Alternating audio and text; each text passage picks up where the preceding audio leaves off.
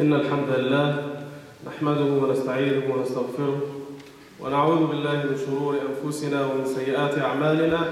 من يهده الله فلا مضل له ومن يضلل فلا هادي له، وأشهد أن لا إله إلا الله وحده لا شريك له، وأشهد أن محمدًا صلى الله عليه وسلم عبده ورسوله وصفيه من خلقه وحبيبه. أما بعد، فإن أصدق الحديث كتاب الله تعالى، وخير الهدي هدي محمد صلى الله عليه وسلم، ألا وإن كل محدثة بدعة وكل بدعة ضلالة وكل ضلالة في النار.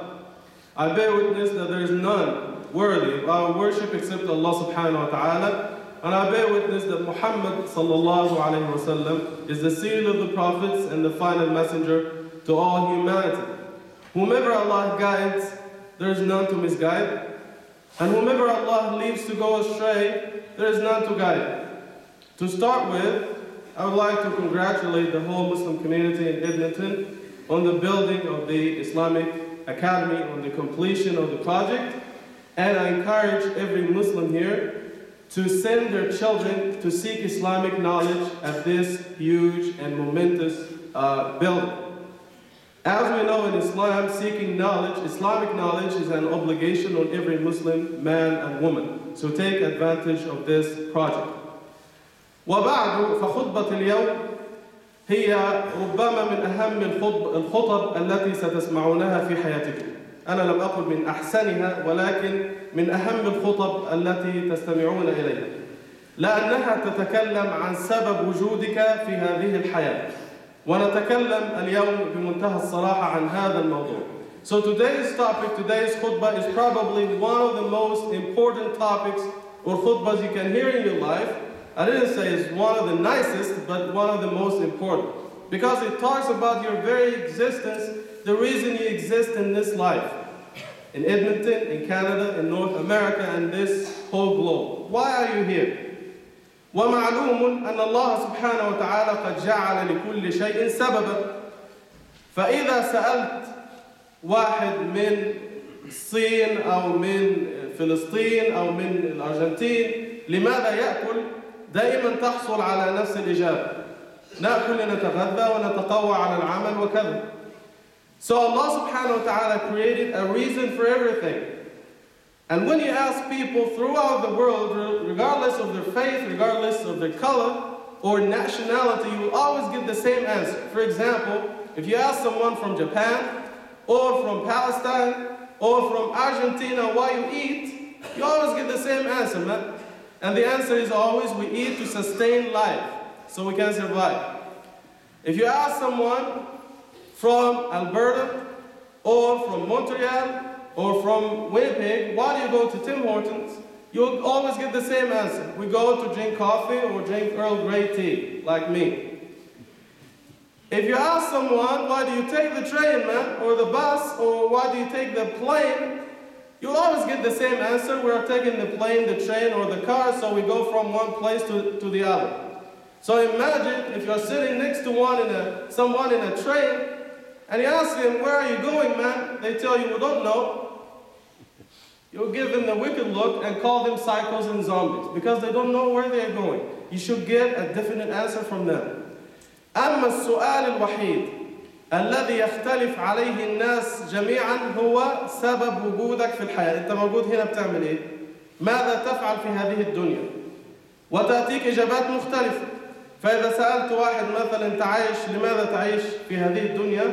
يقول لك أنا عايش عشان أعمل مصاري وفلوس أموال وأعيش عيشة سعيدة. So the only question that you will get different answers on is the most important question in this life that no one is willing to answer. When you ask him, what is the purpose of your life? What are you doing in this life? Why? Why are you here? So if you ask someone, they will say, okay, we are here to make money and enjoy our life.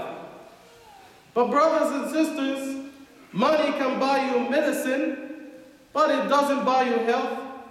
It can buy you a car, but it doesn't buy you comfort. It can buy you a bed, but it doesn't buy you sleep.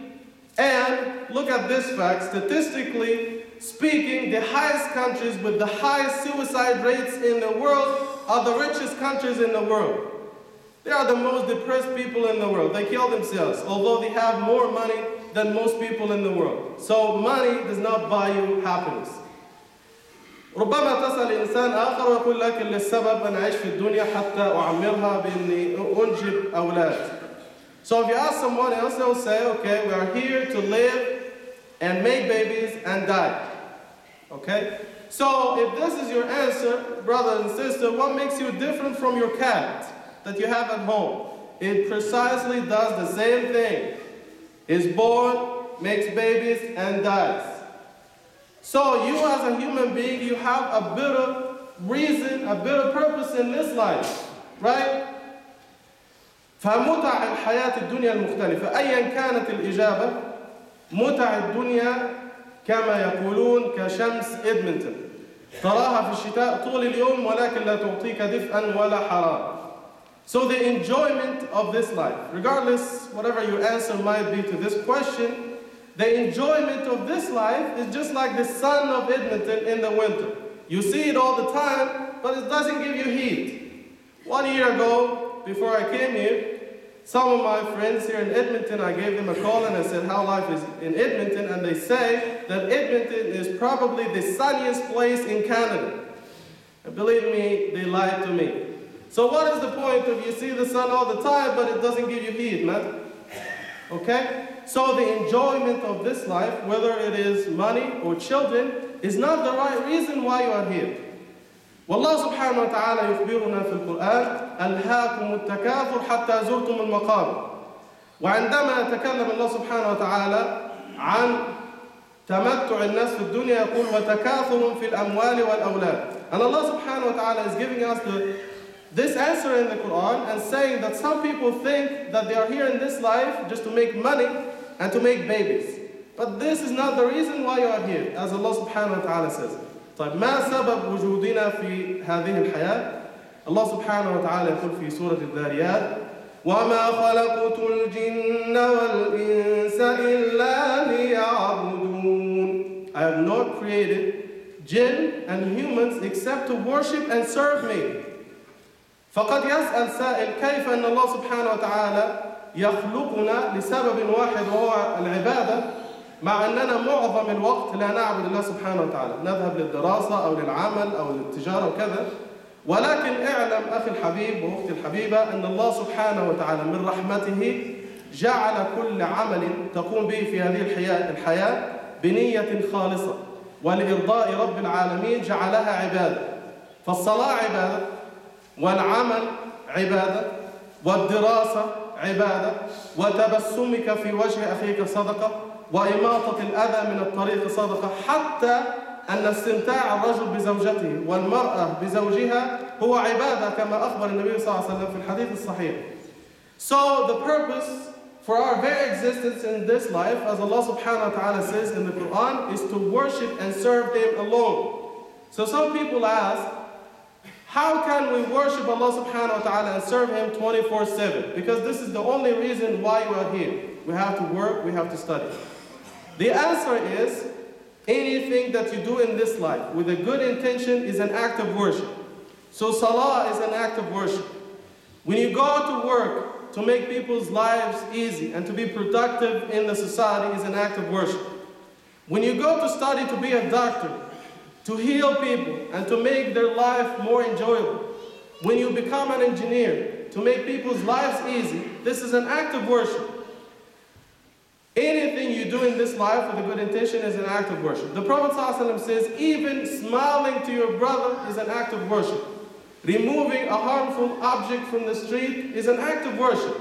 So much so that the Prophet ﷺ said, even when you enjoy your wife, when you enjoy your husband, this is an act of worship in Islam, because if you do it in haram, you will be punished, and therefore if you do it with your wife or your husband in halal way, then you will get the reward.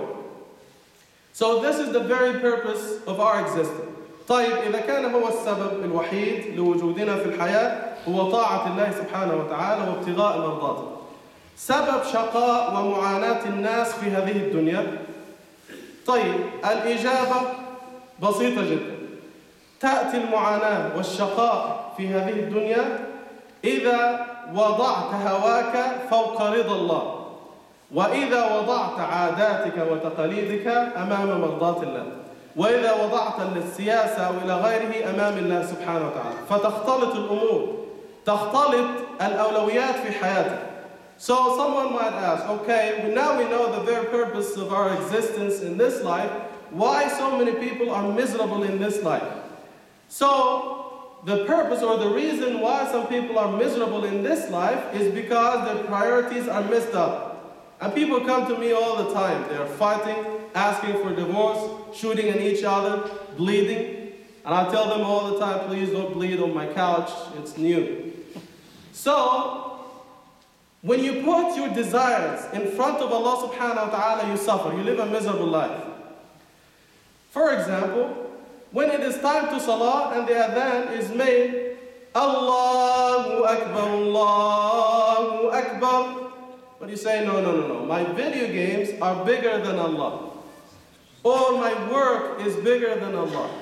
Or playing soccer or hockey is bigger than Allah. Because you don't pray, you continue playing games and video games and soccer and so on and so forth, and you don't pray until the salah is over and the time for next salah is on.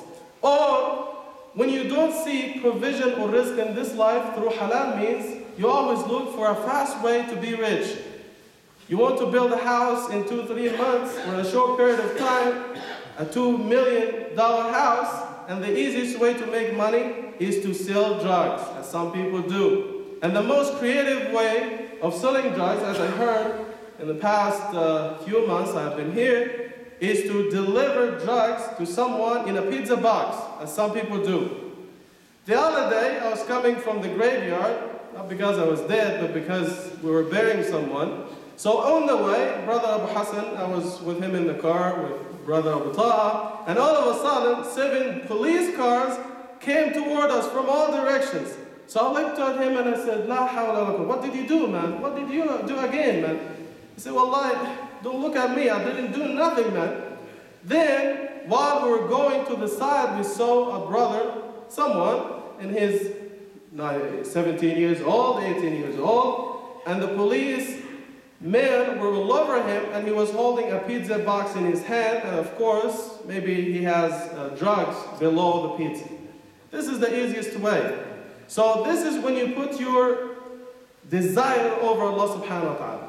As a society, when you put your adat, your traditions in front of Allah subhanahu wa ta'ala, تحاول أن ترضي الناس بغضب الله حتى الناس يقولوا عمل كذا وكذا، أن تزوج ابنتك مثلا لابن أخيها رغما عنها، أو أن تسرف في الحفلات أو في المناسبات أو كذا حتى أن الناس يقولوا كريم، وتلقي 70% من الطعام في القمامة، هذا من الإسراف وهذا من العادات المذمومة. The second type is when you put your traditions in front of Allah. When you push your daughter to marry her cousin to please people and displease Allah subhanahu wa ta'ala. When you invite people to your house, you invite 5 people to your house and you cook people that is more than enough for 50 people, 50. So people will say, oh, mashallah, he is generous. Then you throw 80% of the food in the trash. Also, when you, as a society, and I'm talking also about our societies back home, when they put politics in front of Allah subhanahu wa ta'ala. Since the 1950s, our countries, whether it's Pakistan, Egypt, Lebanon, Somalia, all of them, we tried everything and we failed a big time. We tried communism and we failed. We tried socialism, we failed. We tried secularism, we failed. We tried capitalism and we failed. And till this day, some people are not willing to give Allah subhanahu wa ta'ala a chance to fix the mess in their life. So how do you expect Allah subhanahu wa ta'ala to make you prosperous and successful if you're not giving Him a chance to fix your life? So these are some of the reasons why we are miserable in this life. طيب كيف تعرف إن حياتك الأولويات مرتبة في حياتك؟ وهذا هو موضوع مهم. أولاً لابد أن تحاسب نفسك كما أخبر النبي صلى الله عليه وسلم في الأحاديث وكما فعل الصحابة وكما أخبر القرآن. تجلس 5 دقائق، احنا في جانيوري في بداية السنة، ثم تدرس حياتك الماضية. هل حياتي مرتبة بشكل صحيح؟ هل أعطي حقوق الله لله؟ هل أعطي حقوق الناس للناس؟ هل أظلم زوجتي؟ هل أظلم زوجي؟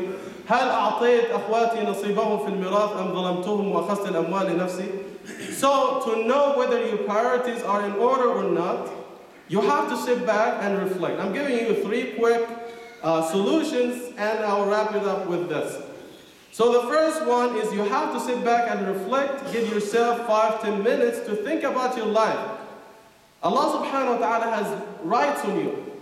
Your wife or husband has rights on you. Your children have rights on you.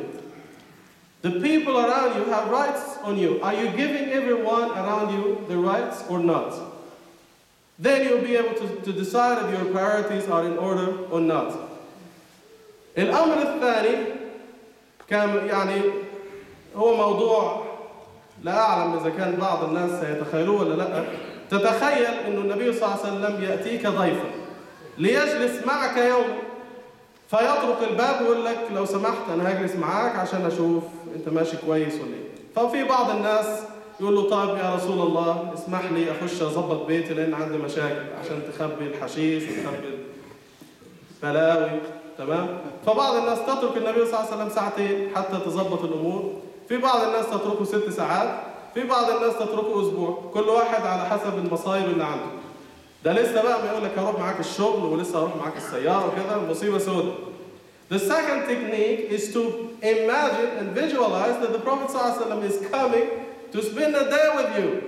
So some people will ask, "Oh Prophet of Allah, give us a couple of hours to fix the mess in our house, to put the weed, the crack, the dope, and all that stuff to the side, and so on and so forth." And when the Prophet ﷺ tells you, let's go to the masjid to pray, man, you'll tell him, okay, let's Google the masjid because, I haven't been to the masjid in years. I don't know if they're still in 113th Street or they moved to Winnipeg. I don't know. So what is this, man?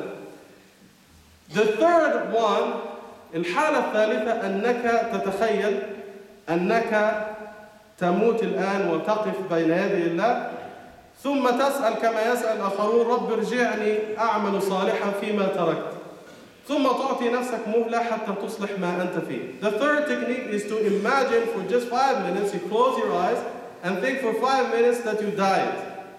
And some people will say, how can I die, man? How can I die? If you can't die, you have to can. Because one day you will actually die. So people will say, okay, I can't die because the world will be devastated when I die. My family will be devastated when I die.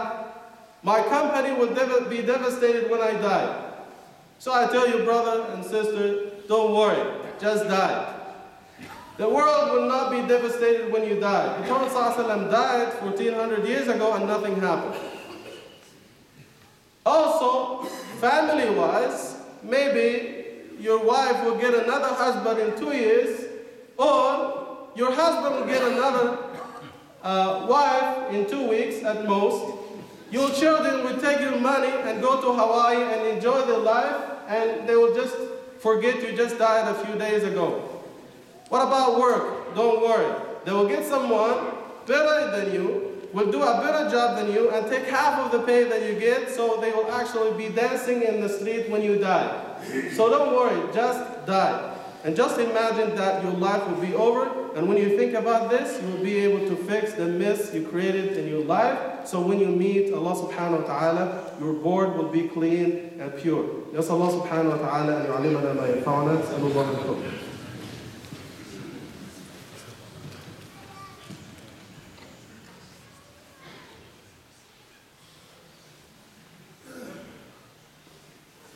الحمد لله رب العالمين وأشهد أن لا إله إلا الله وحده لا شريك له وأشهد أن محمدا عبده ورسوله أرسله ربه رحمة للعالمين.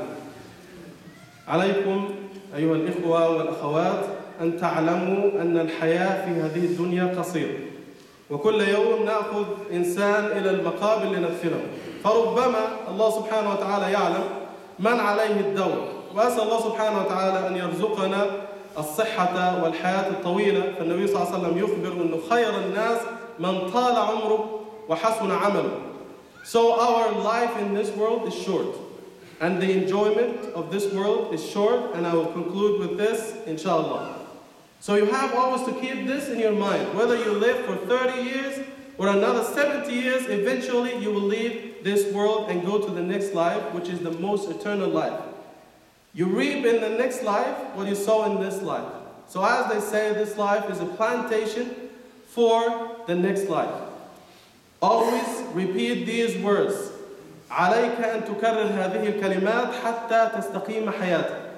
فإذا عرفت أنك تقف أمام الله سبحانه وتعالى ويسألك عن كل شيء تصلح حالك إن كان عندك ضميرا سليما.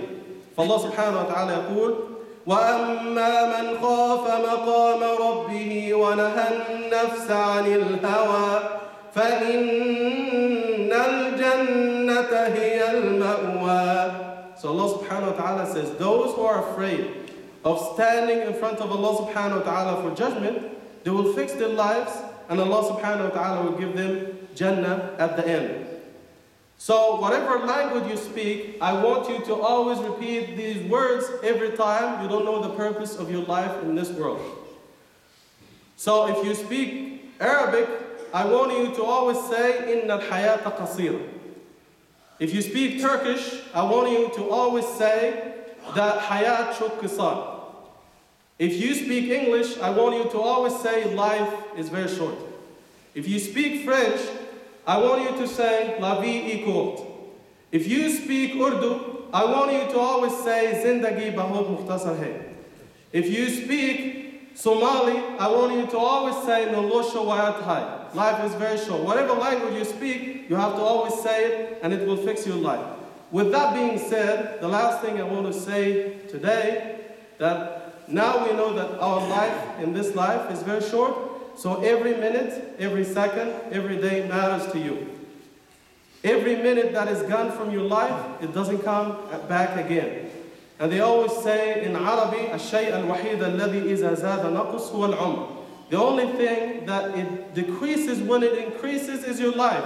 It brings you closer to the last day. If you want to know the value, the significance of 1 year, ask someone who just failed the exam and has to do another year. If you want to know the value, the significance of a month, ask a mother who just delivered a baby prematurely and how much she will suffer. If you want to know the value of just 1 minute, ask someone who just missed a plane or a train.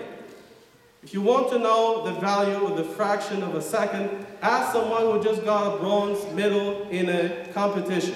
Because technically the difference between the gold, silver, and bronze is a fraction of a second. أقول قولي هذا وأستغفر الله لي ولكم. أسأل الله سبحانه وتعالى أن يغفر لنا ذنوبنا وإسرافنا في أمرنا. اللهم اغفر لنا ذنوبنا وإسرافنا في أمرنا. اللهم أحسن ختامنا وتولى أمورنا وارض علينا اللهم يا رب العالمين. اللهم انصر إخواننا المسلمين المستضعفين في كل مكان. اللهم كن لهم عونا ونصيرا وكن لهم ولا تكن عليهم. اللهم احقن دماء المسلمين واشفي مرضاهم وارحم موتاهم. اللهم عليك بالطغاة الظالمين. اللهم عليك بمن استباح الدماء والأموال والأعراض. اللهم عجل بهلاكهم فإنهم لا يعجزونك. وصل اللهم على سيدنا محمد وعلى آله وصحبه أجمعين وأقم الصلاة.